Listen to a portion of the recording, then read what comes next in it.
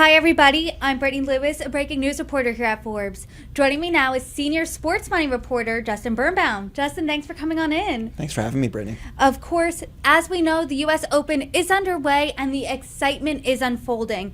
But I want to take a moment and focus on something that's really off the court, and that's a story you recently published that is about why some top tennis stars call Monaco home. Can you explain? Sure. So the tiny principality of Monaco has several advantages. For one, it's a beautiful place. It's on the French Riviera. It gets over 300 sunny days a year. It's got access to top facilities like the famed Monaco Academy. It also, is a short flight away from multiple European capitals.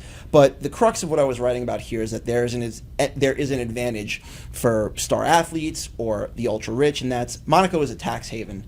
There's no personal income, no capital gains or investment tax. And when you're a star athlete, a star tennis player, in this case like Novak Djokovic, who does call Monaco home, the tax savings there could be worth millions. 300 sunny days a year. I really like those odds. But when we're talking about the players, how many players enjoy those tax-related advantages? So quite a few. Of the ATP top 10, which are the top 10 highest ranked players in the world, there's Novak Djokovic, who is also number one on our list of the highest paid tennis players. He's number two on that list, entering the US Open. There's Russia's Danil Medvedev. There's Greece's Stefanos Tsitsipas, Italy's Yannick Sinner, and Denmark's Holger Rune. And is it just tennis, though, or are there any other athletes in any other sports reaping these tax benefits?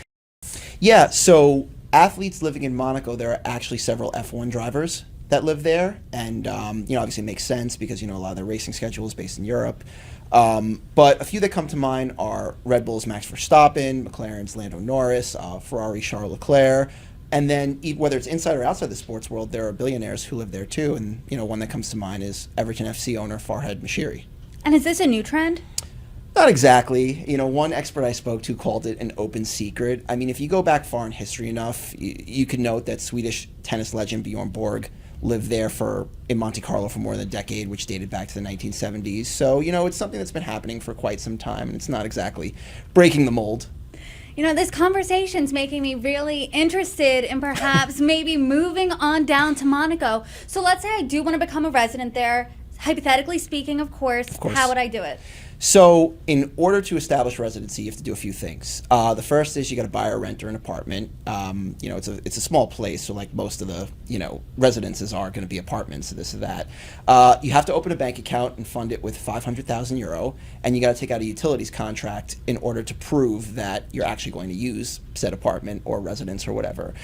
You also can't have a criminal record, and you have to do an interview with a police officer from the Monaco Security Bureau, and then if you're a European or Swiss national, you can apply directly to Monaco, and it takes about 2 months. But if you're an American, you first have to apply for a French long-term visa. So a little bit of a hurdle if you're an American. That is a little bit of a hurdle. Are there any more hurdles for Americans specifically? I wouldn't exactly call it a hurdle, but if you're an American, you're living abroad, you're going to have to face an expatriation tax no matter where you go. So, you're going to be paying taxes back home. So, obviously, the whole point in this case, in this scenario we're describing, is to move to Monaco in order to kind of reduce your tax bill. And if you're paying it back home, that kind of defeats the purpose. But it's not just us.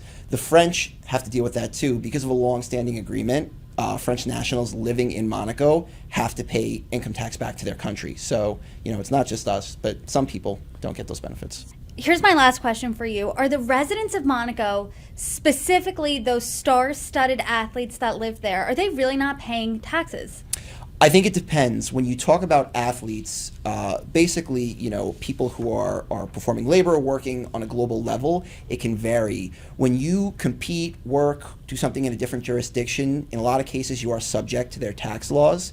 So, let's say Novak Djokovic wins the US Open, he may owe nothing to the Monaco government, but he would owe to the US government because he earned the prize money here. So that's called income sourcing, and they compete all over the world, and they find themselves owing these different jurisdictions money. Where it kind of gets complicated and filled with nuances in their sponsorship or social media based income, where in theory that may not necessarily be tied to a jurisdiction, but also like if you have a racket deal or a shoe deal or something, and you have to go do an activation or an event, technically that could be defined as, performing labor in a jurisdiction.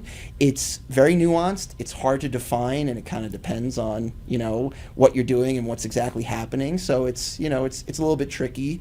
So I guess to answer your question, like in general, they're not paying zero because they're obviously competing in so many different places, but you got to see their tax returns to know exactly what they're paying. Well, until then, thank you so much for joining me, Justin Birnbaum. Appreciate it. Thank you, Brittany.